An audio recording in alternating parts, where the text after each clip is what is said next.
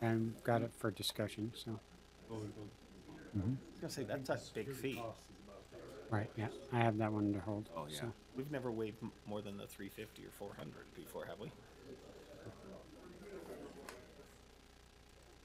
That's a big fee. Can't believe anybody rented at that fee though. That's a lot.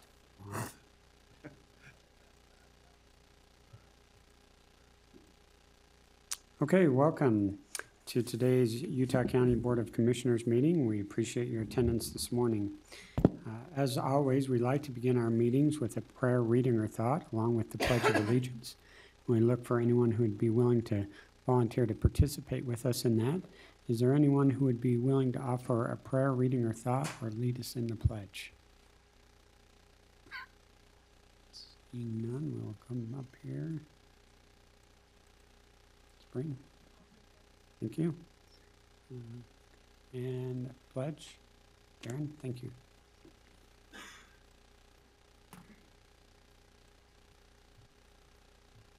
Spring Kenton. Dear kind and gracious Heavenly Father, we are so thankful for this opportunity to join together and work through our county issues. We're so thankful for the opportunity to join in a positive manner. We ask for thy guidance and thy spirit to be upon us this day. We ask and say this in the name of Jesus Christ. Amen. Amen.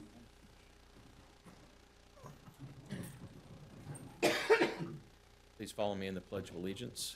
I pledge allegiance to the flag of the United States of America and to the republic for which it stands, one nation, under God, indivisible, with liberty and justice for all. All right. We will now go ahead and work through the process of building our agenda. For informational purposes, all items will be considered on consent unless held for further discussion. Currently on our consent agenda, we have 15 items. Were any of those items on consent needing additional clarification? I got a quick question on number 11. Okay. Commissioner Graves? Nope. Okay, we will hold consent agenda item number 11.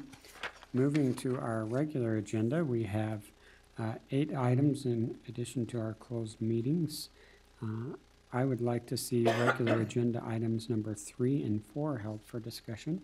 Are there any additional? Dave, with number 1 and 2, the way it's stated, we can just leave it on consent, right? Because that is our findings. Okay. So I agree with 3 and 4. Okay. Seeing no additional, we will hold 3 and 4. All other items will be moved to consent. Are there any public comments for agenda items that have been moved to consent? Again, those will be approved. Seeing none, we will go ahead and move to consent agenda item number 11. This is to approve and authorize the commission chair to sign a real estate purchase agreement with Robert Wentz.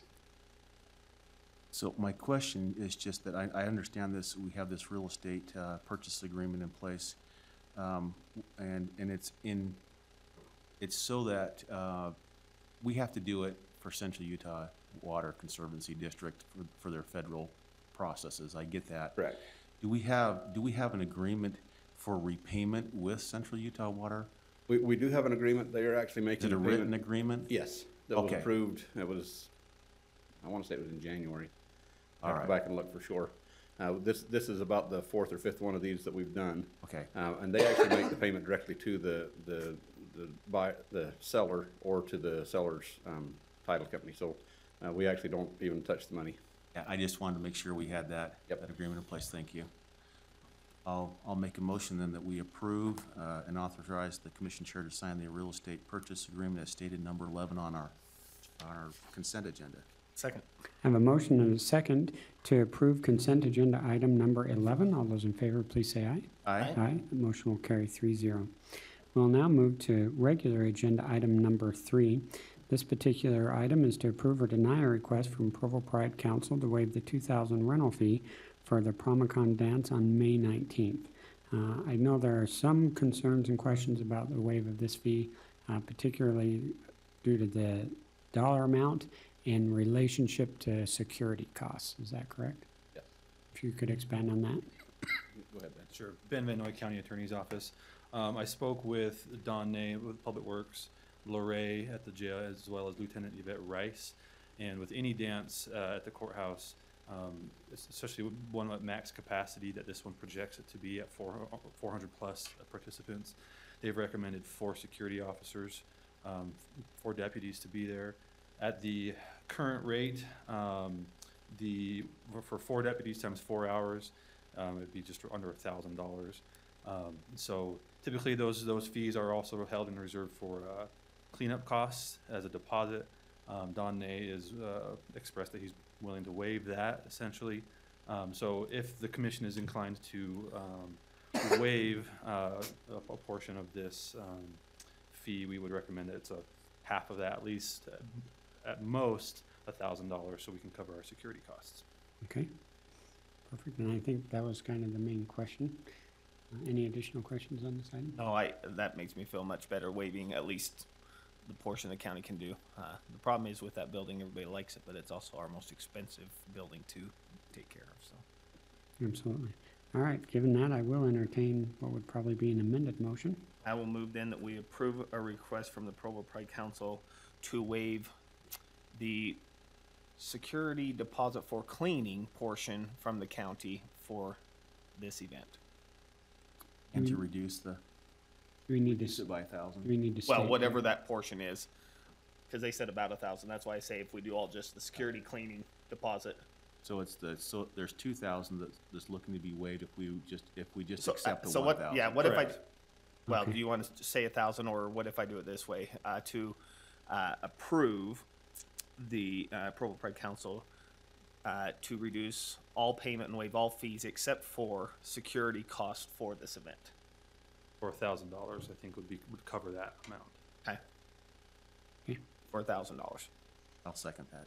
Okay, I have a motion and a second to approve the request with the stipulation of the security and cleanup fees of $1,000. All those in favor, please say aye. Aye. Aye. That will carry 3-0. Next on our regular agenda for discussion is regular agenda item number 4. This is to adopt or deny an ordinance to amend the Utah County Land Use Ordinance, Section 6-3, related to water supply requirements. Maybe just go ahead and give us a brief overview on this change and how it came about. Sure. Brandon Larson, Community Development Staff. The applicant received approval probably about 2 or 3 months ago for an exception to the irrigation water requirements for subdivisions. It went down, or the exception would have allowed a property owner to go from 1.5 acre feet per acre for irrigation water down to 1 acre foot per acre. Oh, I thought it was 0.85. That's what he originally got approved Oh, for. I see, okay. And now he's come back and asked for 0.85. Again, this is general for the county. It's not just specific to his property. He is currently trying to put together a subdivision application, but this again would be available to any subdivision Why applicant. 0.85? I guess I'd like to know. The only one that sounds like it would potentially affect is the fire, if they use any of that, or Well, storage or whatever. so you're saying fire? Well, because it seems like don't we require up in Alpine them to hold some of that irrigation water We for do. fire suppression and stuff like that. So that's my question. This one has a slope thing to it as well. And This- it's non-irrigatable. This is only applicable to developments that wouldn't be required to have hydrants. Okay. And fire suppression. okay. They have to have at least 5 acres Okay. of land to apply that. Well, you They- said this would now apply to the whole county. And that's why I was like, in the situation where you have 5 Okay. acres or more. But I guess the idea is he's if you look at the language of the ordinance, the language of that exception, it says that in order to take advantage of the exception, you have to have 40. Originally, it said, well, currently it says 35% of your lot can't be cultivatable, or it's not suitable land for cultivation of crops. He's proposing to bump that up to 45%, and then to have a 0.85% or 0.85 acre foot irrigation water requirement. So you've kind of got an even relationship. So You 45. balanced it, right? Yes. Because if you drop if you increase the non-irrigatable, and then drop that, it kind of equals out. Exactly. That's how I was reading it anyway. Exactly, and that was kind of our concern at first with this proposal, is that it didn't include that or the increase in the uncultivatable land, and then the applicant changed his application to kind of even out that, to balance it, and that's, we were more supportive, and I think the planning commission was more supportive of this proposal once that balance was struck, so. Okay. Do I have any additional questions? No, I'll make a motion that we adopt the amended ordinance as, I did fail to oh, I'm allow sorry. for public comment. I'm sorry. Okay. So I'm against this, and the reason why is because in a report from the UN in 2014, they said that irrigation has destroyed as much farmland as the size of France, which is almost 3 times larger than the state of Utah. It's because of the salt and the minerals which are deposited on the farmland. Our policies here in the state of Utah are policies of destruction of the farmland. What's the solution? Well, Johnny Woodstow, an apostle of the Mormon Church, a doctorate, a biology building in the University of Utah and at BYU were named after him. He wrote a book, How to Farm When It's Dry. Dry farming, he calls his book. And he says that in the U.S., the average rainfall is 39 inches. Over here in Benjamin, where I have property, the average is 18 inches. If you have 10 inches or more, you can farm without irrigating, without destroying your land. In the county, according to Brandon Larson, who I respect very much, his report is on a 5¼ acre parcel, you need 8.98 acre feet of land, of water. Almost a ½ acre feet is for human survival, which is 5% of the whole. 1 acre feet is for landscaping, which is a 2.2% more than what you need for human survival. And 7.53 acre feet is for irrigation, which is 16.73 times more than what you need for human survival. So we value irrigating land more than we do human survival. Caleb Warnock at Seed Renaissance is his website over in Alpine. He produces a newsletter, and on the 3rd of March, he sent it out, listing over 60 crops that you can plant right now on the 3rd of March. Most of these you can harvest before the hot summer months when you would need to flood irrigate. Our policies here in the county have been one of anti-settlement and farming, anti-human settlement, and so forth, and we don't need to this. A better proposal is to not propagate the policies of the commissioners in the past and to adopt a policy where we don't force people to buy irrigation shares, which are impossible to find here in the county. And we have a series of innovation where we tell individuals, look, you don't need to have water rights or water shares more than you need for humans. Use your innovation. If you want your taxes to be low, then show us what your yield is through your innovation, through planting early in the season and harvesting before these summer months. Thank you very much. Can I ask you a quick question, Robert? You said you're against this, but if we're reducing the water and the requirement for irrigation, it sounds like you're for even going further than that. So you're against it because it's not far enough? Yeah. Okay. Yeah, it's just not far enough. Here are my notes. You're welcome to have my notes here. You know, at the very least, I asked you, before you pass more resolutions about this, that you go read his book, or at least go get it on the internet. It's a free, you know, it's a download. It was written in 1910. It's been reproduced many times, and you can just go search for words like winter wheat and crops and pea and PEAS, and rainfall and so forth, and read what he has to say in a summary. Question for you, Robert. In his Yeah. book, it seems I don't have time to read it at the moment. Yeah. Does he contemplate and take into effect the human development effects on the aquifer as we drain the aquifer and consume water from it, and the lack of replenishment that would come if we failed to irrigate? I haven't seen that in If there. we look historically, especially in the Northern California regions, we see valleys in Northern California that have seriously repressed their aquifer to the point where their ground levels have actually collapsed several feet because they've moved away from flood irrigation. Because of the human consumption drawing from the aquifers, they've become dried, and because we've stopped irrigating and stopped requiring people to replenish those through that natural watering process, we've lost that natural underground storage in those regions. So for me, I'm actually a little concerned about the reduction because I think we have to take into consideration the draw that we take on our aquifers. And if we're consuming something out of the ground without a requirement to somehow, although somewhat artificial, replenish that natural supply, then it concerns me. I respect that. Most of our water is in the mountains, which is thousands of feet above the height of the valley, and the effective height of the water is above ground.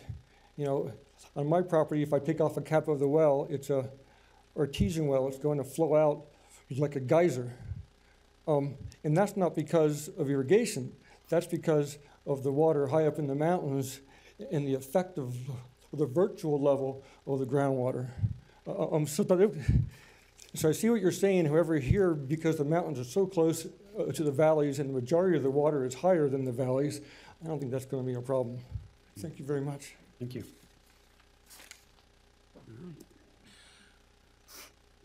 I'll make a motion that we adopt the ordinance as stated in number 4 on our regular agenda. I'll second.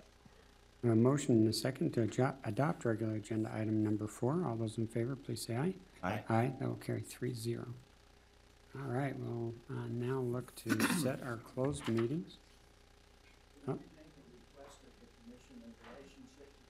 Sure. Yeah. In general, if you could wait just a minute, I'll have general public comment, at which point you'd be welcome to speak on that. Okay, I move that we strike regular agenda items 8 and 11. Second? I have a motion and a second to strike regular agenda items number 8 and 11. All those in favor, please say aye. Aye.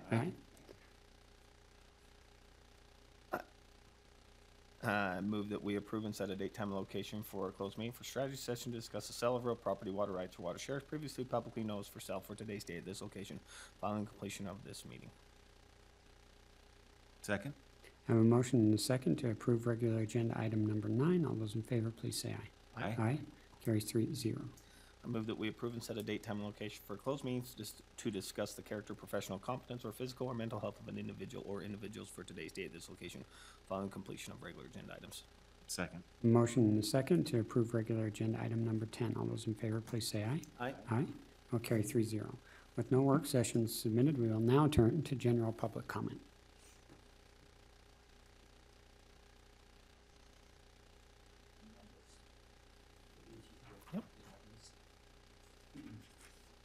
Do you have a problem with this being public? Is this okay if this is public information? This map, This map? when we make this public record? Yeah. There's no problem. Okay.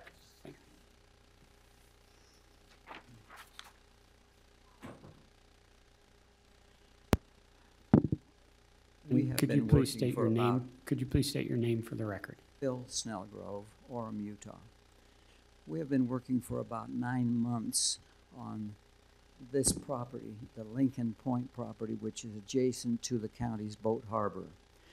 Early in the process, we were approached to see if the county could acquire the waterfront portion of that property, which was accomplished in December. So the county now owns the north or bottom waterfront property. And we are proceeding then to apply for the subdivision of 4 lots in the upper area. Now, we worked very closely with community development, and I'm very impressed with their professionalism. 6 weeks ago, they gave us a detailed list, which were the final items to be dealt with in order to move the subdivision application into this 45-day review cycle. It had 21 items on it. We delivered a week ago today, Tuesday, to community development 20 of those items. We missed one, which was a letter from the Environmental Health Department. We've been working for months with the Environmental Health Department with ground excavations, percolation tests, water samples. And one last item had to do with an engineering study specifying the reverse osmosis requirements to clean up the mineral water for culinary use. We submitted that engineering study 5 days before the community development deadline, but environmental health was not able to process it through their workload. And so we missed the deadline, and therefore community development advised us that we would not be able to be in this 45-day approval cycle, which moves us back 1 month. Now, for us, that's an extremely serious problem. I won't go into details why, but we would like to make a request of the commission. Could the commission authorize community development to make an exception to their timing rule so that we could move our application into this 45-day cycle? The easy answer to that is yes, the commission can grant an exception to anything, truly. But there needs to be some work done. I mean, the short answer is yes, we generally can. It would, sure, Or amendment to the ordinance. but it's still, I mean, it's possible, but that's what I mean. It's not an easy answer. Well, if that could happen, it would be a great benefit and help to us. So, My concern and anticipation is that us working through that process could take longer than the actual waiting period that you've got to get through. But the department director's here, and I will definitely follow up with him to find out what we can do to maybe help facilitate so we meet those deadlines, or see if there's anything we can do from that side to speed it back up for you. that would be greatly appreciated. Thank you. Yeah, no That problem. we can do. Thank you. Any other general public comment? Seeing none, we'll move to our closed meetings. Thank you.